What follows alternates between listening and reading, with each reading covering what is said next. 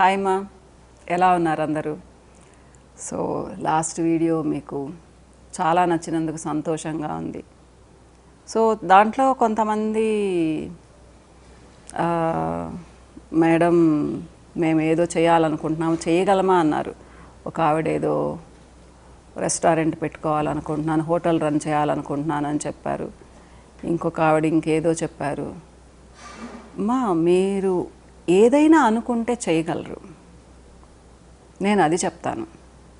First మీరు అనుకోండి, అంటే సంకల్పం. మన పెద్దవాళ్ళు అంటూ ఉంటారు సంకల్ప బలం అని. సో మన గీతలో చెప్పారు, భగవద్గీతలో వివేకానంద గారు చెప్పారు, స్వామి వివేకానంద, మీరు సంకల్ప బలం ఉంటే ఏదైనా సాధించవచ్చు. మంచి మనసుతో మంచి ఆలోచనలతో మీరు కానీ ఉన్నారు అంటే, మీరు ఒకటి అనుకున్నారు అంటే చిన్నగా దాని వైపుకు వెళ్తూ ఉంటారు. ఫస్ట్ అనుకొని చూడండి. ఇక్కడ నేను ఒక చిన్న విషయం చెప్పాలనుకుంటూ ఉన్నాను. నాకేం అంత పెద్ద అన్నిటి గురించి నాలెడ్జ్ ఉండదు మా, ఏదో నాకు చాలా చిన్న నాలెడ్జ్. నాకు రాజకీయాలు అయితే అసలు తెలియదు, కానీ అప్పుడప్పుడు వింటూ ఉంటాను. జపనీస్ చాలా కష్టపడతారు, చాలా చాలా రిచ్ కంట్రీ వాళ్ళది. అలానే చైనీస్ కూడా చాలా కష్టపడుతూ ఉంటారు, ఇంట్లో ఎవరు ఖాళీగా ఉండరు, అందరూ జాబ్ చేస్తారు. సో ప్రొడక్టివిటీ ఎంతో ఉంటుంది ఆ దేశంలో అని చెప్పేసి నాకు అప్పుడప్పుడు అనిపించేది, మరి మన వాళ్ళు ఎందుకు అసలు ఏమి చేయరు, ఒకళ్ళు సంపాదిస్తుంటే మిగతా వాళ్ళందరూ కూర్చొని ఉంటారు అని చెప్పేసి. అంటే మన పరిస్థితులు కూడా వేరుమ్మా. ఎందుకంటే చాలా ఇళ్లల్లో ఒప్పుకోరు అసలు. ఆడవాళ్ళు ఏదన్నా చేస్తాము అంటే సంపాదించింది చాలే అంటారు, మేము సంపాదిస్తాము, నువ్వు వంట వండి పెట్టి చాలు అంటారు. ఇప్పటికి కూడా, మా జనరేషన్లోనే కాదు ఇప్పటికి కూడా. అంటే అది వాళ్ళ వాళ్ళ ఇష్టాలు. పెళ్లి చేసుకునేటప్పుడే అనుకోవాలి, జాబ్ చేసే అమ్మాయి కావాలా, జాబ్ అంటే ఇంట్లో ఉండే అమ్మాయి కావాలనేసి అనుకోవాలి. సో దాన్ని బట్టి ఉంటుంది. కానీ మనకు పిల్లలు పుట్టి వాళ్ళకు ఒక 12-15 ఏళ్ళు వచ్చిన తర్వాత మన మీద ఏం డిపెండ్ అవ్వరు. మనకు బోల్డ్ అంత ఖాళీ ఉంటుంది. చిన్నప్పుడంటే నిజంగానే అమ్మ పిల్లలతో అసలు టైం సరిపోతుంది. పాపం జాబ్ చేసుకునే వాళ్ళకి నేను ఎప్పుడు అనుకుంటుంటాను, అమ్మాయిలు జాబ్ చేస్తూ ఏం సుఖపడుతున్నారు అని చెప్పేసి. అటు సంపాదించాలి, ఇటు ఇంట్లో పనులు చేసుకోవాలి, బిడ్డల్ని చూసుకోవాలి. సో బాధ్యత ఇంకా డబుల్ అయిపోయింది అమ్మాయిలు జాబ్ చేస్తున్న తర్వాత. కానీ చాలామంది చాలా ఎఫిషియెంట్గా చేసుకుంటూ ఉన్నారు, చాలా ఈజీగా చేసుకుంటూ ఉన్నారు. అది కూడా సంతోషంగా ఉంటుంది. కానీ కష్టపడుతున్నారు అమ్మాయిలు. ఒకప్పుడే సుఖంగా ఉండేవాళ్ళు అనుకుంటాను, హ్యాపీగా హస్బెండ్ సంపాదిస్తుంటే లేదా మగవాళ్ళు సంపాదిస్తుంటే ఇంటి పని అంతా చూసుకునేవాళ్ళు, ఇంట్లో చూసుకునేవాళ్ళు, టెన్షన్స్ ఉండేవి లేదు, ప్రశాంతంగా ఉండేవాళ్ళు. కానీ ఇప్పుడు మనం కూడా చాలా ముందుకెళ్ళాలనుకుంటూ ఉన్నాము. మంచిదిమ్మా, ఈ రోజుల్లో నిజంగానే ఖాళీగా ఇంట్లో కూర్చోవడం అనేది పెద్ద మంచిది కాదేమో. ఎందుకు అంటే ఏదో ఒకటి చేయాలనే కోరిక ఉంటుంది అందరికి. ఎందుకంటే లాట్ ఆఫ్ ఎక్స్పోజర్, ఏది చూసినా కానీ వాళ్ళది చేస్తూ ఉన్నారు, వీళ్ళది చేస్తూ ఉన్నారు. అందరికీ ఆశ ఉంటుంది, కానీ మన గురించి మనం ఆలోచించుకోవాలి మా ఫస్ట్. ఇప్పుడు మీరు అన్నారే, కొంతమంది అన్నారు నేను చెయ్యగలనా అని. ఎందుకు చేయలేరుమ్మా? రెస్టారెంట్ అంటేనే పెద్దదిగా పెట్టుకోవాల్సిన అవసరం ఏం లేదు కదా, చిన్నదిగా పెట్టుకొని రన్ చేసుకోవచ్చు. ఇక్కడ మీకు ఒక ఎగ్జాంపుల్ చెప్తానమ్మా. నాకు తెలిసిన క్లయింట్ దాదాపు నేను పెట్టిన కొత్తల్లో అంటే 2007లో అట్లా వచ్చేవాళ్ళు. పాపం తనకు హస్బెండ్ సడన్గా చనిపోయారు మా. పాపం బాగుండేవాళ్ళు, అంటే మిడిల్ ఇన్కమ్ ఫ్యామిలీ, చక్కగా గుమ్మనంగా చక్కగా జరుపుకునేవాళ్ళు బాగా. కానీ టక్కుమని హస్బెండ్ చనిపోయారు, పెద్ద ప్రాపర్టీస్ లేవు, 2 చిన్న పిల్లలు. అంటే ఆవిడకి అప్పటికి 35-36 ఇయర్స్ ఉంటాయమ్మా, స్కూల్కి వెళ్ళే పిల్లలు. తెలిసిందే కదమ్మా, అత్తగారు వాళ్ళు పెద్దగా సపోర్ట్ ఇవ్వలేదు, అమ్మ వాళ్ళు సపోర్ట్ ఇచ్చే పొజిషన్లో లేరు. ఎవరు చూస్తారు మా? ఒక ఫ్యామిలీని అంతా ఎవరు చూస్తారు చెప్పండి? కొద్ది రోజులైతే చూస్తారు కదా. తర్వాత పాపం ఆవిడ ఒక రోజు వచ్చి, అంటే అప్పుడు కొంచెం ఫ్రీగా కూడా ఉండేదాన్ని, నేను మాట్లాడేదాన్ని బాగా, తన ఫ్రెండ్ లాగా వస్తుండేదన్నమాట. ట్రీట్మెంట్గానే కాదు మా, కొంతమంది వచ్చి ఒక్కోసారి అటువైపు వచ్చినప్పుడు కూర్చొని కూడా వెళ్ళేవాళ్ళు నా దగ్గర, నేను చెప్పేది స్టార్ట్ చేసిన 1 ఇయర్కి. సో పాపం ఏంటమ్మా కనిపించలేదు అంటే చెప్పారు, మేడం ఇట్లా చనిపోయారు మేడం, అందుకనే 4-5 మంత్స్ నుంచి మీ దగ్గరికి రాలేకపోయాను, సో ట్రీట్మెంట్ అయితే తీసుకోలేను అంటే, భలే వాళ్ళమ్మ ట్రీట్మెంట్ తీసుకోవాల్సిన అవసరం ఏముంది, మరి ఇప్పుడు ఏం చేస్తున్నారు అంటే ఊరికి వెళ్ళిపోతున్నాను మేడం అన్నారు. ఏ ఊరమ్మా మీది అంటే ఇక్కడ గోదావరి దగ్గర చిన్న పల్లెటూరు వాళ్ళది. ఏం చేస్తారు అక్కడికి వెళ్ళి అన్నాను. ఏం లేదు మేడం, అక్కడ ఒక ఇల్లు ఉంది, సో ఆ ఇంట్లో ఉండమన్నారు అమ్మ వాళ్ళు. అంటే మీరేం చేస్తారు అక్కడికి వెళ్ళి అని చెప్పాను. ఏం లేదు మేడం అంటే డిపెండెంట్గా వెళ్తున్నారా, అట్లా ఎట్లా వెళ్ళి ఏం చేస్తారమంటే మరి ఇక్కడ ఉండి ఏం చేయాలి అన్నారు. ఏదో ఒకటి చేసుకోండి మా సిటీలో మీరు సంపాదించుకోవచ్చు, అక్కడికి వెళ్తే పిల్లల చదువు ఇంత బాగుండదు అంటే మంచి స్కూల్స్లో చేర్పించున్నారు ఆవిడ. అంటే అమ్మ పల్లెల్లో చదివే వాళ్ళు చక్కగా చదవడం లేదా అని కాదు, చక్కగా చదువుతారు, కానీ ఇక్కడ నుంచి అటు వెళ్ళడం అనేది అంత తెలివైన పని అని అనుకోలేదు నేను.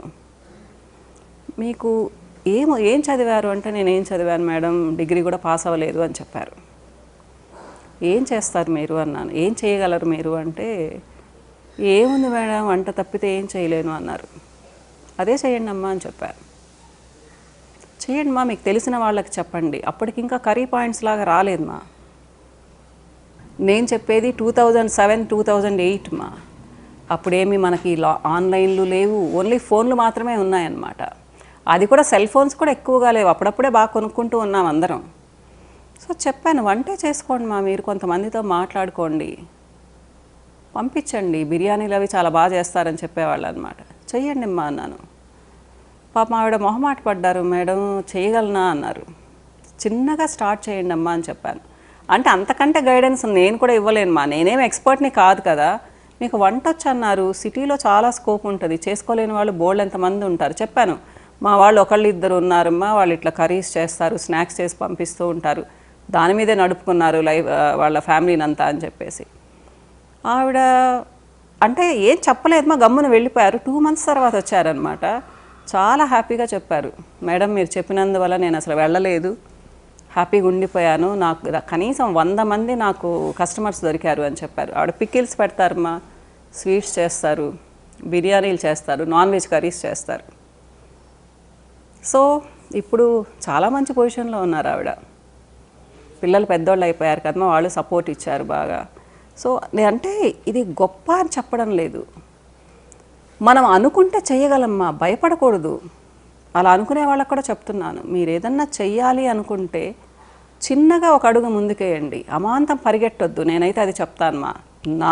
నా ప్రకారం ఏంటి అంటే ఒక స్టెప్ నుంచి ఒక స్టెప్కి వెళ్ళడం చాలా ఉత్తమం. అంతేకాని ల్యాక్స్ ఇన్వెస్ట్ చేసేసి అది ఏదన్నా అయింది అంటే మళ్ళీ తిరగలేని దెబ్బ, అది మళ్ళీ కోలుకోలేము. స్టెప్ బై స్టెప్ వెళ్ళండి మా, మీకు కొంచెం నడవడానికి కొంచెం టైం పడుతుంది, కానీ స్టాండర్డ్గా ఉంటారు, ఒక బేస్ ఫామ్ అవుతుంది మీకు. ఏదైనా కానివ్వండి, అది జనరల్గా మనకు ఆడవాళ్ళకి వంట వచ్చుమా. ఇప్పుడు చాలామంది ఆడవాళ్ళైతేనేమి మగవాళ్ళైతేనేమి జాబ్లో పడి వంటలు చేసుకునేది మర్చిపోయారు. అలాంటి వాళ్ళు మీకు కొంతమంది దొరికితే కూడా హ్యాపీగా మనీ వస్తుంది. నాకు నెల్లూరులో ఒక ఆవిడ వచ్చారు. సో వాళ్ళ పాపని తీసుకొని వచ్చారు. మామూలుగా అంటే పెద్ద చదువుకున్న వాళ్ళు కాదు మా. ఆ పాపకు ఒక 21, 22 years ఉంటుంది, డిగ్రీ కంప్లీట్ అయ్యి పెళ్లి చేయాలి మేడం, నా కూతురు బ్రైట్గా రావాలి అని చెప్పారు. నేనేంటంటే కొంత ఆలోచిస్తాను మా, ట్రీట్మెంట్ చెప్పాలి అంటే. అమ్మ మీరు ప్రోడక్ట్స్ వాడండి, ఎందుకు అంత అంటే ఖర్చు అవుతుంది అంటే మళ్ళీ ఫీల్ అవుతారు కదా అని అంటే, పర్వాలేదు మేడం నేను బాగానే పెట్టుకోగలను, మీరు చెప్పండి ఎంతైనా పర్వాలేదు అని చెప్పారు. అంటే పాపం ఆవిడ మొహమాట పడ్డారేమో నేను చెప్పడానికి ఇట్లా అంటున్నానని చెప్పేసి. సో నేను ఇది కూడా జరిగి ఒక 12-13 years అయింది మా. అప్పుడు ఆల్మోస్ట్ 20,000 అనమాట ట్రీట్మెంట్కి, అంటే 8 sittings. అంటే ఆవిడ తక్కువని కట్టేశారు మనీ. అసలు మేము ఎక్స్పెక్ట్ చేయలేదు, ఎందుకంటే చాలామంది కొంతమంది అంటే నెల్లూరులో కొంచెం బార్గెన్ చేస్తారు మా, చాలా బోరు. సో తక్కువని కట్టేసే లోపల పాపం ఆవిడ డ్రెస్సింగ్స్ అంతా చూస్తే నాకు చాలా సింపుల్గా మామూలు లో ఇన్కమ్ గ్రూప్ లాగా ఉన్నారు. అడిగాను, ఏం చేస్తారమ్మా మీరు అని అడిగాను. ఇడ్లీల వ్యాపారం అన్నారు. అంటే అన్నాను, ఏం లేదు మేడం నేను ఇడ్లీలు సేల్ చేస్తాను మార్నింగ్ టైము. అంటే ఓన్లీ ఇడ్లీలా అన్నాను. ఇడ్లీలు బోండాలు దోశలు వేస్తాను మేడం, మార్నింగ్ 3:30-4 నుంచి 10 గంటల వరకు మాకు పని ఉంటుంది, తర్వాత అంతా రెస్ట్ అని చెప్పారు. నాకైతే చాలా ముచ్చటేసింది మా, నిజంగా చాలా ముచ్చటేసింది. ఫ్యామిలీ మెంబర్స్ అందరూ కష్టపడతారు, హ్యాపీగా సంపాదించుకుంటున్నారు, ఏం చేస్తే ఏం తప్పు మా చెప్పండి. సో మనకు పక్కన బండి పెట్టుకొని బోళ్ళంత సంపాదించే వాళ్ళు ఉన్నారు. కొంతమంది నామోషి అనుకుంటారు, మా వంట చేయడం నామోషి అనుకుంటారు. మనకు వచ్చిన పనిని బాగా చేసుకోవచ్చు మా, దాంట్లో మనం మెరుగుపరుచుకొని ఎంత దూరమైనా వెళ్ళొచ్చు. నేను చెప్పేది ఒకటేమ్మా, ఏది మేము చేయలేము అని అనుకోకండి, చెయ్యండి, ఫస్ట్ స్టార్ట్ చేయండి. కానీ ఫ్యామిలీ డిస్టర్బ్ అవ్వకుండా స్టార్ట్ చేయండి. పిల్లల్ని పట్టించుకుంటూ స్టార్ట్ చేయండి. పిల్లలు చాలా చాలా ఇంపార్టెంట్ మన భవిష్యత్తు వాళ్ళు. ఎప్పుడు కూడా ఏ బిజినెస్ కూడా పిల్లల్ని నెగ్లెక్ట్ చేస్తూ మాత్రం చేయకండి. ఒకవేళ వాళ్ళ అవసరం, మీ అవసరం వాళ్ళకు ఉంది అంటే పిల్లలు కొంచెం పెద్దోళ్ళు అయిన తర్వాతే స్టార్ట్ చేయండి మా. జాబ్ చేయడం ఒక్కటే గొప్ప కాదమ్మా, చిన్న చిన్న బిజినెస్లు చేసి దాంట్లో పైకి ఎదగడం కూడా గొప్పే. సో మనకు తోచినంత మనం చేసుకోవచ్చు, అంతే కదా. ఒకళ్ళు సంపాదిస్తూ ఉంటే ముగ్గురు నలుగురం కూర్చొని తింటే ఎలాగూ పైకి రాలేము. సో పిల్లల బాధ్యత కొంచెం పైకి అయిపోయిన తర్వాత అప్పుడు లేడీస్ చక్కగా ఏదైనా బిజినెస్ స్టార్ట్ చేశారు అంటే, మీకు తెలిసిన బిజినెస్ మా, అది పెయింటింగ్ కావచ్చు, టైలరింగ్ కావచ్చు, కుకింగ్ కావచ్చు, స్నాక్స్ పెట్టుకోవడం కావచ్చు, ఏదైనా కానివ్వండి, ఆర్ట్ కానివ్వండి, ఏదైనా కానివ్వండి, మీకు తెలిసింది స్టార్ట్ చేయొచ్చు, చక్కగా సంపాదించుకోవచ్చు. కొంచెం సంపాదించినా కానీ మనకు చాలా ధైర్యంగా ఉంటుంది. అంటే కొంతమంది అంటారు ఇంట్లో వాళ్ళు ఒప్పుకోరు అంటే ఒప్పించాలిమ్మా, ఫ్యామిలీని మాత్రం డిస్టర్బ్ చేసుకోకండి. ఇదైతే నేను చెప్తాను. మనకేంటి అంటే మళ్ళీ మళ్ళీ చెప్తున్నాను, ఫ్యామిలీలో ఒప్పుకోకపోతే మీరు కామ్గా ఉండడం కూడా మంచిదే. అంతేకాని వాళ్ళతో ఫైట్ చేసి ఏదో సాధించాలని మాత్రం అనుకోకండి. మరీ గత్యంతరం లేకపోతే అప్పుడు మాత్రమే కాన్సన్ట్రేట్ చేయండి. అంతా సాఫీగా ఉన్నప్పుడు ఏదో సంపాదించాలనే ఉద్దేశంతో అనవసరంగా ఫ్యామిలీని మాత్రం డిస్టర్బ్ చేసుకోవద్దమ్మా. అవసరమైతే మాత్రం ఒప్పించండి. చాలామంది మగవాళ్ళు కన్విన్స్ కూడా అవుతారమ్మా. జాగ్రత్తగా ఉండండి. మనీ సంపాదించిన తర్వాత దాన్ని నిలబెట్టుకోవడం కూడా గొప్పేమ్మా. సో చాలాసేపు అయిపోయింది, ఇంకో వీడియోలో మళ్ళీ ఇంకొన్ని మాట్లాడుకుందామా. బాయ్.